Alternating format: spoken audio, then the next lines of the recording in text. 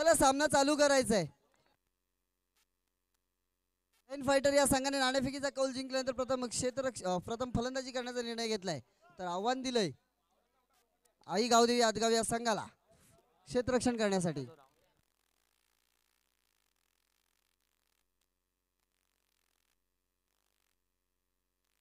मेटकरनी आपल्याला विनंती असेल, आपल्या स्पर्धेचा नियम आहे की तिथे कोणी बसू नये किंवा थांबू नये. खेळाडू कक्ष सुद्धा तिकडे आहे, तरी सुद्धा पूर्ण मॅच आपण इथे थांबतायत. आपण आपल्याला माहिती आहे की आपण कॅमेरा ज्या वेळेला फोकस केला जातो त्यावेळेला तो कक्ष दाखवला जातो आणि तरी सुद्धा आपण तिकडे आहोत. वारंवार या नॉकआउट मॅच पासून दर्यावर्ती संघाचे आयोजक जर एक दोघं इथे आला तर बरं होईल. आयोजक जरा 2 मिनिटं माझ्या बाजूला या, दोघं जण कोणतरी.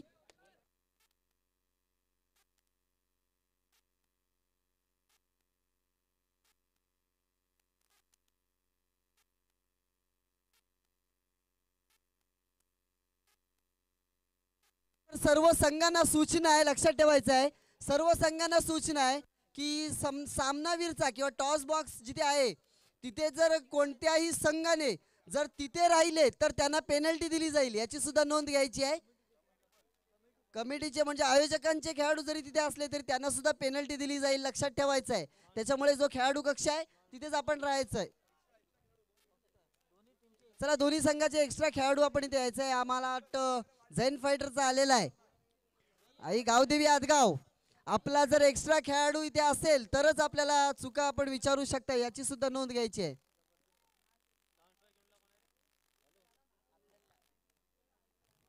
नासिर आणि अब्दुल्ला आपण पाहतोय दोन्ही चुरशीची लढत. मेटकरनी संघाने अनुसार सांगायचं झालं तर मेटकरनी संघाचे दोन्ही सामने आपण पाहिलेत तर शेवटच्या षटकामध्ये 9 धावांची गरज होती. शेवटच्या षटकामध्ये 9 धावांची गरज असताना पहिल्या सामन्यामध्ये सुद्धा एका षटकामध्ये 9 धावांची गरज असताना 2 चेंडूवर 5 धावांची गरज आली होती आणि तो सामना मेटकरनी संघाने जिंकला होता. एलिमिनेटरचा सामना झाल्यानंतर सेकंड क्वालिफायर सामना सुद्धा त्याच पद्धतीचा आला. एका षटकामध्ये 9 धावांची गरज. पुन्हा एकदा तेच समीकरण पाहायला मिळालं आपल्याला की 2 चेंडूमध्ये 5 धावांची गरज आणि तो सामना सुद्धा मेटकरनी संघाने जिंकून क्वालिफाय केले. या स्पर्धेमध्ये आपण सामनावीर घोषित करतो या स्पर्धेचा, या सामन्याचा सामनावीर म्हणजेच मॅन ऑफ द मॅच आपण पाहतोय आमचे गुणलेखक आमच्यापर्यंत पोहोचवत आहेत. तो म्हणजे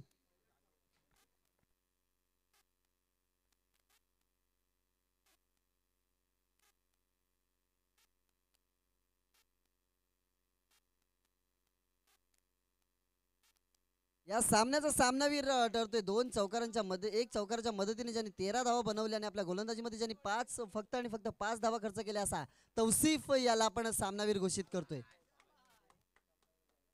विनंती करतो धनेश धरणकर यांना आपण सामनावीरचं मेडल तौसिफ यांना द्यायचं आहे. तर आपण वळतोय अनुसार नॉकआउट मॅच कडे, करो या मरोच्या सामन्यांकडे आपण वळतोय. त्याच्यामधील आपण पाहतोय C1 विरुद्ध D2 असा सामना आपण पाहतोय. प्रे क्वार्टरचा सामना पाहतोय. या स्पर्धेची तिसरी प्रे क्वार्टर आणि आजच्या दिवसाची पहिली प्रे क्वार्टरचा सामना आपण पाहतोय. आई गावदेवी आदगाव विरुद्ध झैन फायटर. झैन फायटर या संघाने नाणेफेकीचा कौल जिंकल्यानंतर प्रथम फलंदाजी करण्याचा निर्णय घेतलाय आणि आव्हान दिलंय, दावत दिले ती म्हणजेच आई गावदेवी आदगाव या संघाला क्षेत्ररक्षण करण्यासाठी. आई गावदेवी आदगाव संघाकडून ऋतिक चव्हाण आपल्याला दिसतोय तर झैन फायटर संघाकडून नासिर डांगे आणि अब्दुल्ला त्याची साथ देण्यासाठी 2 सलामीच्या फलंदाज. पहिल्या चेंडूवर आघात केलाय मात्र सीमारेषेवर तो चेंडू अडवला जातोय. तोपर्यंत एक धाव मिळते. एका धावेने श्रीगणेश केला जातोय आपल्या संघाचा आणि नासिर स्वतःचं खातं सुद्धा उघडतोय ऋतिकच्या चेंडूवर.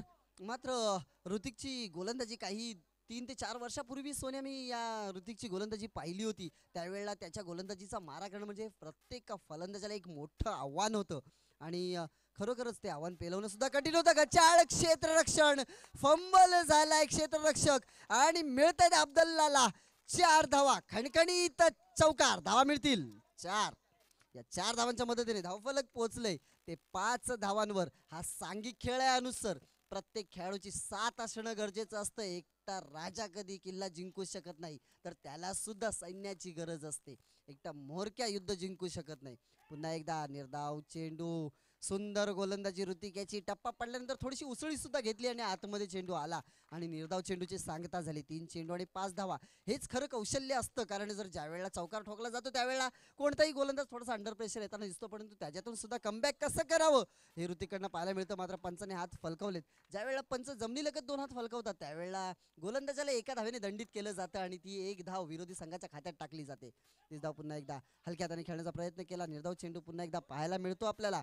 धावसंख्या पोहोचले ती 6 धावांवर. 4 चेंडू आणि 6 धावा. अनुसार आपल्या माहितीसाठी नक्कीच सांगतो की श्रीवर्धन शहरातील पूर्ण आपण श्रीवर्धन शहर पाहिलं, या गेटपासून त्या गेटपर्यंत श्रीवर्धन शहरामध्ये एकमेव उत्कृष्ट असा गुणलेखक ज्याच्या हातून कधी चुकी होत नाही तेच प्रणेश चौलकर आपल्यामध्ये उपस्थित आहेत गुणलेखनासाठी. खरोखर मी वारंवार सांगत असतो,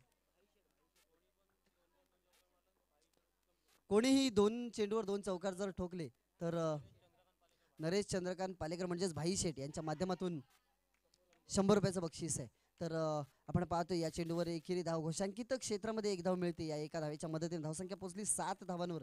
5 चेंडू आणि 7 धावा. एका चेंडूचा खेळ अजूनपर्यंत बाकी आहे. ऋतिकचा जो गेम होता तो ऋतिक नक्कीच सुंदर पद्धतीने ज्यावेळेला देवघर प्रीमियर लीग खेळवली गेली त्यावेळेला मी स्वतः ऑनर असताना माझ्या टीममध्ये ऋतिक चव्हाण याला आयकॉन म्हणून निवडला होता. खरोखरच खूप सुंदर गोलंदाजी आपल्याला. नो बॉल पाहायला मिळाला पुन्हा एकदा ऋतिकचा. या षटकामध्ये मात्र 2 अवांतर चेंडू फेकलेत ऋतिकच्या माध्यमातून. एक वाईड फेकला असेल तर एक नो फेकला असेल आणि धावसंख्या पोहोचवली ती 8 धावांवर. ऋतिक पुन्हा एकदा मोठा फटका आपल्याला पाहायला मिळतो नासिर याचा आणि पुन्हा एकदा 1 धाव नक्कीच मिळते. पहिले षटक संपले आणि पहिल्या षटकाच्या समाप्तीनंतर संघाची धावसंख्या होती बिनबाद 9 धावा. तर नासिर बद्दल सुद्धा सांगायचं झालं ना अनुसार, तर ज्या वेळेला काही वर्षापूर्वी श्रीवर्धन शहरामध्ये एक मोठी भव्य दिव्य स्पर्धा खेळवली गेली जी 50,000ची मला वाटतं या श्रीवर्धनमध्ये दुसरी स्पर्धा खेळवली गेली. अय्यान बॉयज यांच्या माध्यमातून ती स्पर्धा खेळवली गेली. त्यावेळेला महाड तुडील रावडाल सारख्या संघाला मात देऊन जैन फायटर या संघाने प्रथम क्रमांकाचं पारितोषिक मिळवलं होतं आणि मालिकावीरचा मानकरी ठरला होता नासिर डांगे. खरोखरच एक सुंदर अष्टपैलू खेळ आपल्याला त्यांच्याकडनं पाहायला मिळतो. एक शांत खेळाडू म्हणून ज्याची ओळख आहे हाच नासिर डांगे. पंचांच्या निर्णयाचा सन्मान करणं ही खरी त्याची ओळख आहे. कुठल्याही गोलंदाजाने जर 3 चेंडूवर 3 गडी जर मिळवले तर भाई शेठ यांच्याकडनं 500 रुपयाचं बक्षीस आहे. आणि कोणत्याही फलंदाजाने जर 3 चेंडूवर 3 चौकार ठोकले तर भाई शेठ यांच्याकडनं 500 रुपयाचं बक्षीस आहे. पतू दुसरं षटक हाताळण्यासाठी आलाय.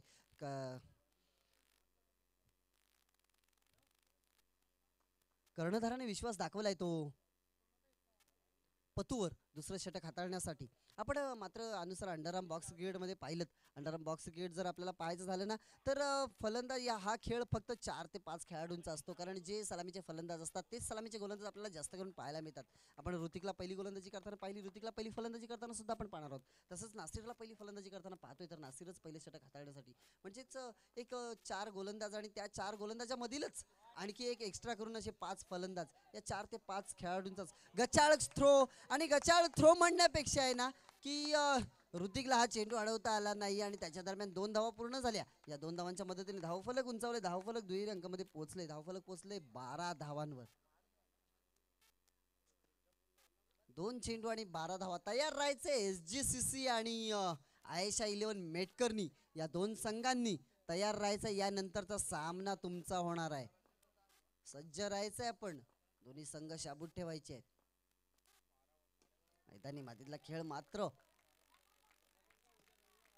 1 धाव नक्कीच मिळते. एका धावेच्या मदतीने धावफलक हलतं ठेवले. धावफलक पोहोचवले ते 13 धावांवर. 3 चेंडू आणि 13 धावा. अनुसार आपल्याला नक्कीच माहिती असेल की क्रिकेट हा खेळ खरं तर सांगायचं झालं तर इंग्लंड या संघाचा राष्ट्रीय खेळ आहे किंवा ऑस्ट्रेलिया संघाचा सुद्धा राष्ट्रीय खेळ म्हणून क्रिकेट ओळखला जातो. भारताचा राष्ट्रीय खेळ म्हणून ओळखला जातो तो हॉकी.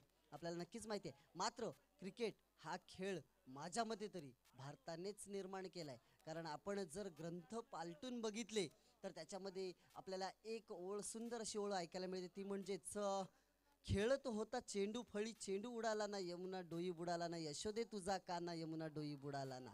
म्हणजेच नक्कीच श्रीकृष्णाने हा खेळ भारतातूनच चेंडू फळीचा खेळ म्हणजेच क्रिकेटचा खेळ निर्माण केलाय. म्हणजे हा भारताचाच खेळ आहे असं म्हणायला काय हरकत नाही. आणि आपण बॉक्स क्रिकेट पाहतो. आपण ओव्हरआर्म क्रिकेटमध्ये खूप वेळा समालोचन केलं आणि मी ते स्वतः ऐकलंय सुद्धा. मात्र तरी सुद्धा नक्कीच सांगेन की श्रीवर्धनची खरी ओळख असेल तर ती बॉक्स क्रिकेट आहे. आणि बॉक्स क्रिकेटला श्रीवर्धनमध्ये खूप मान्यता सुद्धा दिली जाते. आणि उत्कृष्ट यष्टीरक्षण आपल्याला पाहायला मिळालं. ऋतिकच्या माध्यमातून नासिरला माघारी परतवलंय. एक मोठा मासा गळाला लागलाय आदगाव संघाच्या नासिरच्या रूपाने नासिर बाद जातोय. पहिला झटका लागते, पहिला गडी गारद होतोय तो झैन फायटर संघाचा. धावसंख्या 2 षटकांच्या समाप्तीनंतर धावसंख्या थांबून ठेवली ती 15 धावांवर. Loss of 1 wicket. Gavdevi Adgaon आपल्याला विनंती असेल की चेंडू आपण बाद झाल्यानंतर सेलिब्रेशन साठी खाली आपटायचा नाही. जर तो आपटून वरच्या जर हॅलोजनला लागला तर पुन्हा एकदा आपण प्रकाश झोतातील सामने खेळतोय आणि त्याच्यामध्ये याची सुद्धा आपल्याला दक्षता घेणं गरजेचं आहे.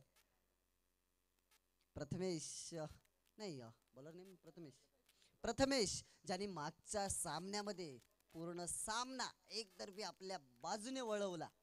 तसं म्हणायला हरकत नाही की सामना दर्यावर्दीच्या तोंडातून खिचून आणला, तोच हा प्रथमेश. आपल्याला एका षटकामध्ये ज्यांनी 3 गडी गारद केले आणि मात्र तोच प्रथमेश चौथं षटक हाताळण्या अखेर तिसरं षटक हाताळताना दिसतोय आपल्याला. पंचाच्या उजव्या हाताने गोलंदाजी करतोय अब्दुल्लासाठी, त्याची साथ देण्यासाठी आला अफनान. अब्दुल्लाचा मोठा फटका, मात्र फॉलो थ्रू मध्ये तेवढं चांगलं क्षेत्ररक्षण आपल्याला पाहायला मिळालं प्रथमेश कडनं. ती धाव नाही, निर्धाव चेंडूची सांगता आपल्याला इथे पाहायला मिळते. पुन्हा एकदा पुढचा चेंडू नो बॉल पंचाने घोषित केला आहे. एक धाव नक्कीच मिळेल. 9+1 एकूण 2 धावा धावफलकावरती लागतात. या 2 धावांच्या मदतीने धावफलक पोहोचवले ते 17 धावांवर. एक चेंडू आणि 17 धावा आपल्याला धावफलकावरती पाहायला मिळत आहेत.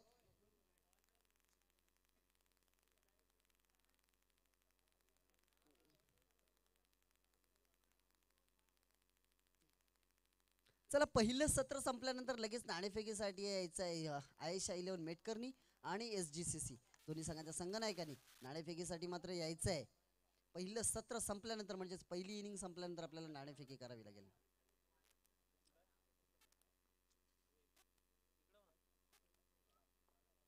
प्रथमेश दुसरा चेंडू हाताळण्यासाठी अफनान याला. अफनान याचा मोठा फटका, डान्सिंग डाऊन द ग्राउंड खेळण्याचा प्रयत्न, मात्र एक धाव नक्कीच मिळते. एका धावेच्या मदतीने धावफलक पुन्हा हलता ठेवण्याचा प्रयत्न. धावफलक पोहोचले ते 18 धावांवर. 2 चेंडू आणि 18 धावा. 2 चेंडूंचा खेळ संपलाय, अजूनपर्यंत 4 चेंडूंचा खेळ बाकी आहे. तिसरं षटक प्रगतीपथावर आहे आणि पहिलं सत्र चालू आहे. अब्दुल्ला पुन्हा एकदा पुढे जाऊन खेळण्याचा प्रयत्न, बॅटची कडा घेतली, सुंदर गोलंदाजी पुन्हा एकदा पाहायला मिळते आपल्याला.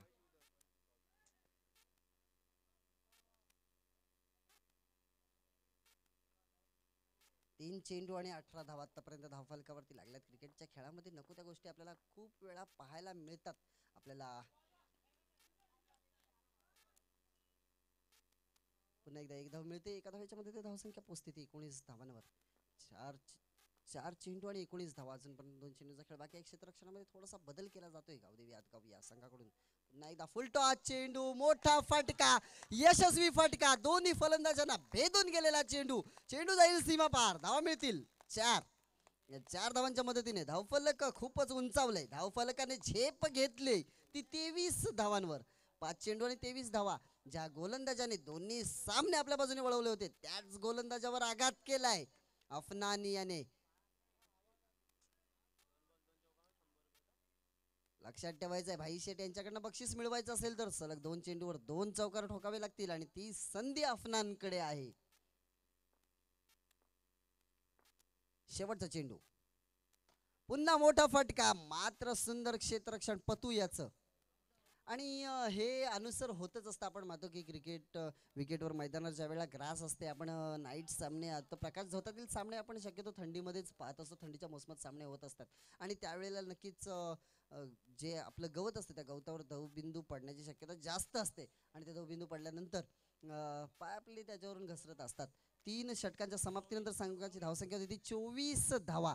अजूनपर्यंत 4थं षटक बाकी आहे आणि 4थं षटक हाताळण्यासाठी आलाय तो निखिल. आपण निखिलला पाहतोय 4थ्या गोलंदाजाच्या स्वरूपात. निखिल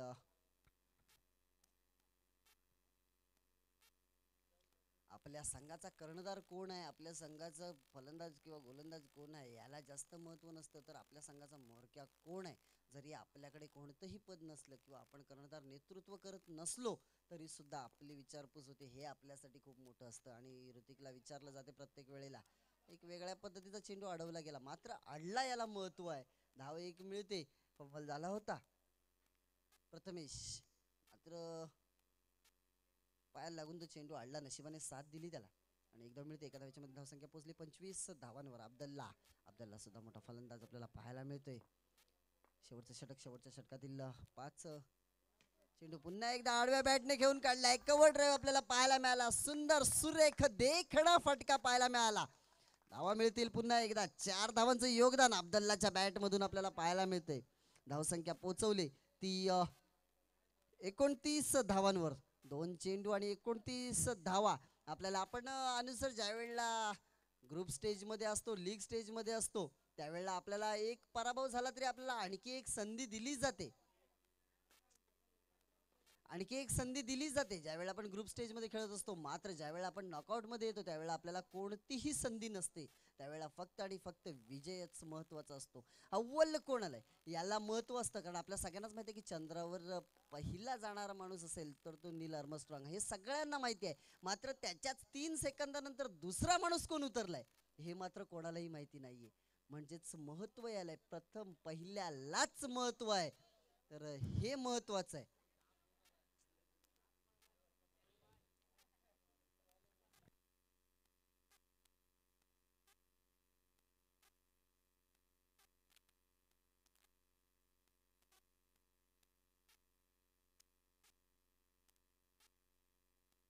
त्याला थोडंसं फास्ट खेळायचं आहे. रात्र जास्त होत चालली मला वाटतं. आणि त्याच्यानंतर आपण जास्त महत्त्वाचं सहकार्य करायचं त्या आयोजकांना. कारण प्रत्येक संघ आयोजन हे करत असतं स्पर्धेचं. आणि आयोजकांची जी काही घालमेल असते, आयोजकांचं जे काही योगदान असतं आपल्याला नक्कीच माहिती असतं. पुन्हा एकदा मोठा फटका, गचाळ क्षेत्ररक्षण. आणि अब्दुल्ला याला मिळत आहे 100 रुपयाचं बक्षीस जे भाई शेठ यांच्याकडून लावलं होतं.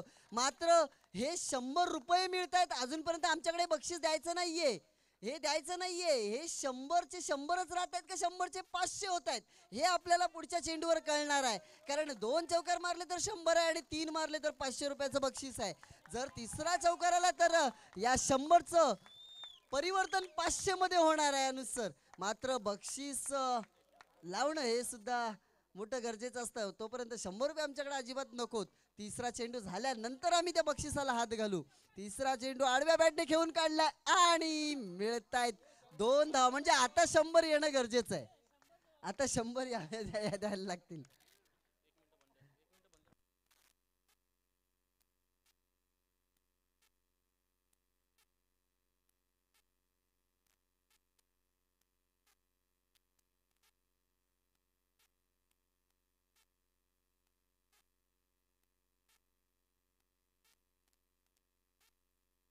एकदा मोठा फटका आपल्याला अब्दुल्लाच्या बॅटमधून पाहायला मिळतो. मात्र मिळेल 1 धाव. एका धावेवर समाधानी व्हावं लागते. हो हो हो, शेवटचा चेंडू बाकी. धावफलक पोहोचलंय ते एक किती 36 धावा. खूप मोठ्या धावांचा डोंगर रचला गेलाय. पुन्हा एकदा अफनानच्या बॅट मधून येतोय खणखणीत फटका. मात्र आता बाद आहे 1 धाव. 1+ विकेट. Okay, 1+ wicket. हा जर बाद नसता अनुसार तर आणखी 2 धावांची भर यामध्ये पडली असती. आणि 37 धावा धावफलकावरती लागल्यात.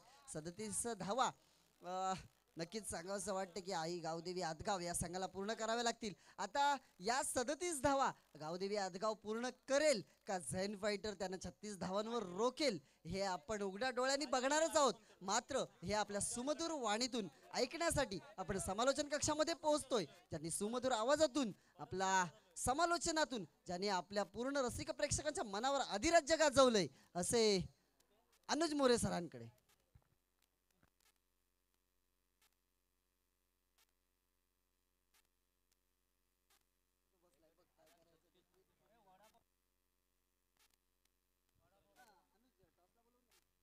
नेक्स्ट मॅचचा टॉस इथे मात्र केला जाईल. विनंती असेल SDGC आणि त्यासमोर फाईट करेल आयशा 11 मेटकरणे. दोन्ही टीमला विनंती आहे आपण प्लीज टॉस बॉक्स मध्ये यायचं. मान्यवरांचे शुभ असते. टॉस इथे मात्र केला जाईल. नक्कीच मयूरेश आपण पाहतोय खऱ्या अर्थानं त्यांचे शुभ असते. टॉस केला जाईल. जय गणेश स्पोर्ट्स लाईव्ह यांच्या माध्यमातून आपण पाहतोय ही स्पर्धा खऱ्या अर्थाने पाहिली गेली. 38 धावांची आवश्यकता. 37 धावा झाल्यात. 38 धावांची गरज आहे. येणारे 24 बॉल आणि 38 धावांची आवश्यकता या मॅच मध्ये पाहायला मिळतोय.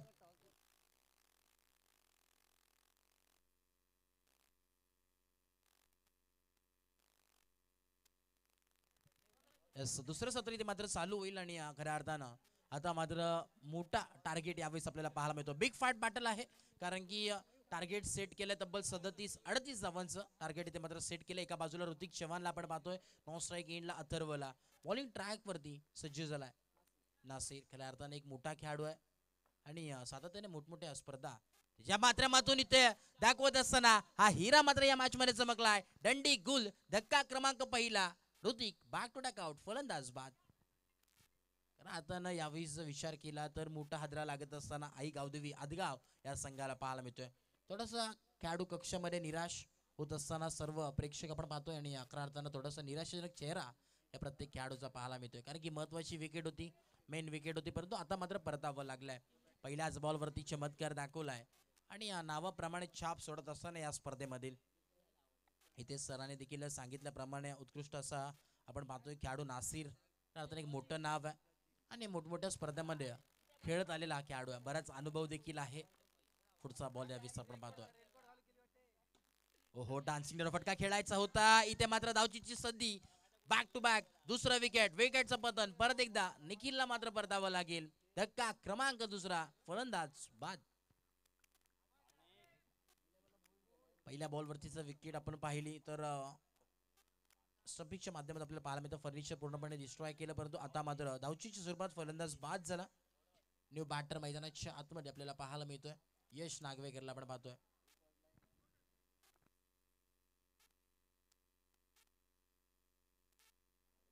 स्ट्राईक वरती आपण पाहतोय छोटा पॅकेट बडा धमाका अथर्व तोडणकर पाटिंगला आपल्याला पाहायला मिळतोय. पुढचा बॉल यावेळी आपण पाहतोय. ओहो, यावेळी सलग कार्पेट फटका सजवलाय. मोक्याच्या क्षणी आलेला हा चौका मिळतील पूर्णपणे 4 धावा, चौकार.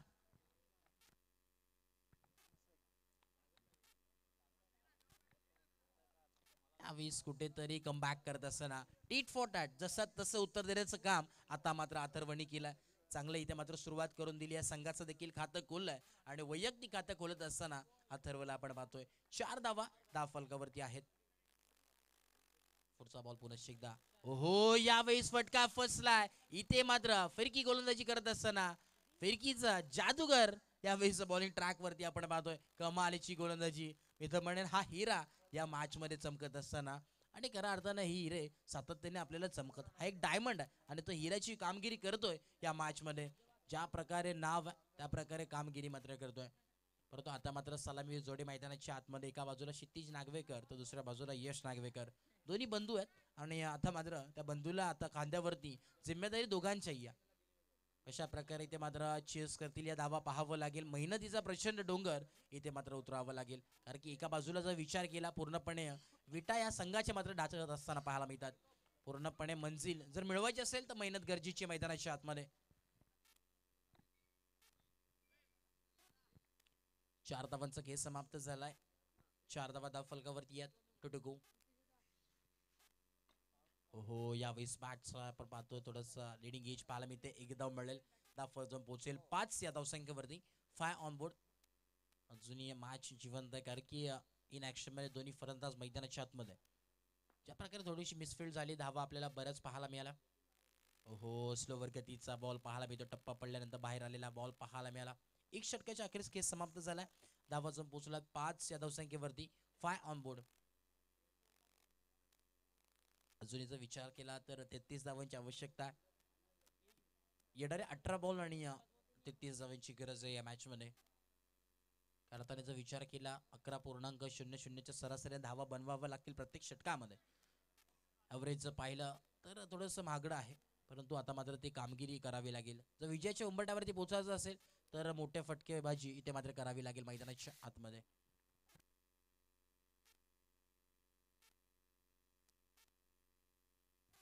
बॉलिंग ट्रॅक वरती बासितला आपण पाहतोय. 25चा विचार केला 30 सरार म्हणून ज्याची ओळख आहे तो गोलंदाजी ट्रॅक वरती सज्ज झालाय. स्ट्राईक वरती क्षितिजला आपण पाहतोय.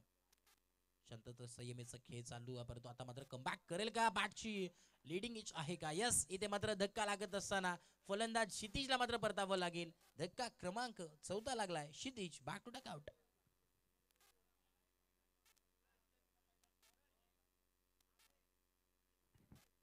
न्यू बॅटर मैदानाच्या आतमध्ये आपण पाहतो. आता मात्र सूरज सुरवेला इनॅट नंबर 6 वरती आलाय. सूरज आपल्या संघासाठी काय करेल पाहावं लागेल, कारण की एक अष्टपैलू खेळाडू आणि मिडल ऑर्डर लाईन अपला आपण सातत्याने पाहायला मिळतो. तोच सूरज यावेळेस आता मात्र मैदानाच्या आतमध्ये आहे. आणि कशा प्रकारची कामगिरी करतोय ते देखील पाहावं लागेल. परंतु थोडंसं लेझी क्रिकेट पाहायला मिळतो आई गावदेवी अदगाव या संघाच्या माध्यमातून. या विषफलून खेळण्याचा प्रयत्न गोशांगी क्षेत्रामध्ये एक धाव मिळेल. एक दोन धावेने काही घडणार नाही कारण की जर सामना जिंकत असेल तर मोठे फटके गरजेचे आहेत या मॅचमध्ये आणि ते गरजेचे करून देण्यासाठी यशला आपण पाहतोय. जिम्मेदारी आहे दोघांच्या खांद्यावरती. पूर्णपणे ही मॅच सुंदर फक्त ढकलण्याचा प्रयत्न आहे. थोडंसं मिसअंडरस्टँडिंग झाली आहे. धावांचा जर विचार केला थोडंसं लेझी क्रिकेट स्लो क्रिकेट आपल्याला पाहायला मिळतं. 6 धावा धावफलकावरती पाहायला मिळतात. 6 ऑन बोर्ड. हो हवेमध्ये प्रहार केला. मिस टायमिंग स्ट्रोक आहे. Mid of the bat properly आला नाही आहे. पूर्णपणे ही जिद्द मात्र आता सोडत असताना आई गावदेवी अदगाव हा पाहायला मिळतोय.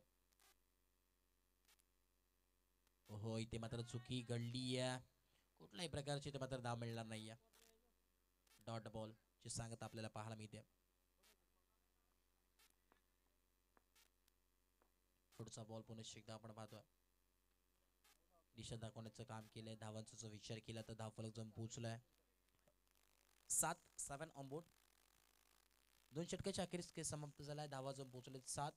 उत्कृष्ट अशी कामगिरी केली खऱ्या अर्थानं. बासेतनी जर विचार केला पहिलं षटक घेऊन आला नासिर त्यांनी धावा खर्च केल्या 5. 2 विकेट त्यांनी संपादित केल्या. दुसरं षटक घेऊन आला बासेत त्यांनी धावा खर्च केल्या फक्त 2 आणि 1 विकेट त्यांनी संपादित केली. एक चांगलं समीकरण आपल्याला पाहायला मिळतोय. ज्या प्रकारे बॉलिंग अटॅक आपल्याला पाहायला मिळतोय चांगली बॉलिंग यावेळेस मॅचमध्ये पाहायला मिळते. परंतु क्रिकेट असा खेळ असेल कारण की एका क्षणावरती हसवतं तर दुसऱ्या क्षणावरती रडवतं. या मॅचमध्ये पलटवार होईल का पाहावं लागेल. एक धाव क्विक सिंगल आपल्याला पाहायला मिळते. एक चिकी सिंगल इथे कंप्लीट झाली आहे आणि एक चिकी सिंगलने धावफलक जाऊन पोहोचलाय तब्बल 8 या धावसंख्येवरती. 8 ऑन बोर्ड. 8 धावा धावफलकावरती पाहायला मिळतात.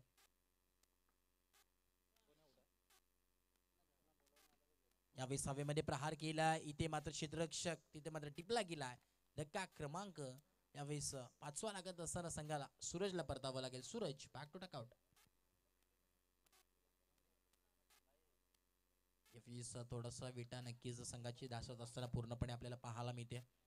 एक विकेट इथे मात्र आपल्याला पाहायला मिळतं. थोडंसं लो ॲव्हरेज गेम मैदानाच्या आतमध्ये चालू आहे.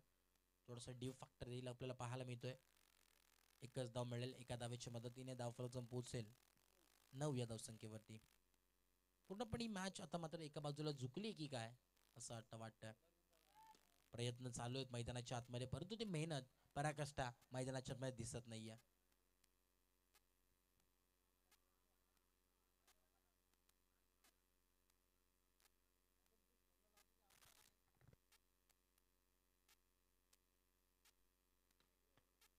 हो यावेळेस उत्कृष्ट असं आपण पाहतोय क्षेत्ररक्षण पाहायला मिळतोय. धक्का लागत असताना यश नावाचा यावेळेस मात्र फलंदाज बाद होईल. खेळाडू कक्षामध्ये दाखवलं यश नागवेकर फलंदाज बाद होतोय आणि खऱ्या अर्थाने जर विचार केला तर 6 विकेट आपल्याला स्कोर कार्ड प्रति पाहायला मिळतात. 6 विकेट आहेत. धावफलक जाऊन पोहोचले 9. जणू काही फुटबॉलचं स्कोर कार्ड यावेळेस आपल्याला पाहायला मिळतोय की काय 6 ऑन 9 असं स्कोर कार्ड पाहायला मिळतोय. उलटी गिनती 6 आणि 9. एका साईडला 6 तर दुसऱ्या बाजूला 9. शेवटचं षटक असेल अंतिम षटक. 9 धावा धावफलकावरती आहेत. अजूनही जर विचार केला तर 29 धाव्यांची आवश्यकता अजूनही या मॅचमध्ये. येणारे 6 बॉल आणि 29 धाव्यांची आवश्यकता. पूर्णपणे फक्त आणि फक्त मी तर म्हणेन औपचारिकता या मॅचमध्ये. येणारे 6 बॉल 29 धाव्यांची आवश्यकता. 6 चौकार आले तरी हा सामना मात्र परास्त होईल. मी तर म्हणेन इथे सर जादूगरच्या मॅचला बदलू शकतो. येणारे 5 बॉल आणि 29 धाव्यांची आवश्यकता. Straight down the ground. काय गोलंदाजी चांगली गोलंदाजी पूर्णपणे फक्त आणि फक्त औपचारिकता या मॅच मध्ये पाहायला मिळते. एक धाव आपल्याला पाहायला मिळते. 3 बॉलचा खेळ समाप्त झालाय. शांतता संयमीचा खेळ आपण पाहतोय. खऱ्या अर्थानं आई गावदेवी आदिगावचे पाठीराखे देखील परतीच्या प्रवासाला मात्र रवाना झालेत. खऱ्या अर्थानं थोडंसं परास्तच्या दिशेने हा संघ मात्र वाटचाल करत असताना स्लोवर गतीचा बॉल डॉट बॉलची सांगता इथे पाहायला मिळते. नेक्स्ट मॅच टॉससाठी आपण यायचं विनंती असेल. टॉस झालेला आहे आणि नाणेफेकी जिंकली आहे आयशा 11 मेटकर्णीने. या संघाने मात्र नाणेफेकी जिंकली आहे. इलेक्ट टू बॅट फर्स्ट या फॅक्टरमुळे आपण सातत्याने पाहत आलोय ज्या प्रकारे या संघाने देखील फर्स्ट बॅटिंग घेतली, चांगल्या धावा कुठल्या आणि आता मात्र ते परिस्थिती मैदानाच्या आतमध्ये पाहायला मिळते. चांगलं डिसिजन मी तर म्हणेन यावेळेस. सामना इथे मात्र फिनिश झालाय, सामना जिंकलाय झेन फायटर्सच्या संघाने. जिंकलेल्या टीमचं हार्दिक हार्दिक अभिनंदन आणि हरलेल्या टीमचे तेवढेच कौतुक. हाडलक टीम आयगाव दुवी आदगाव संघ वेल प्लेड आणि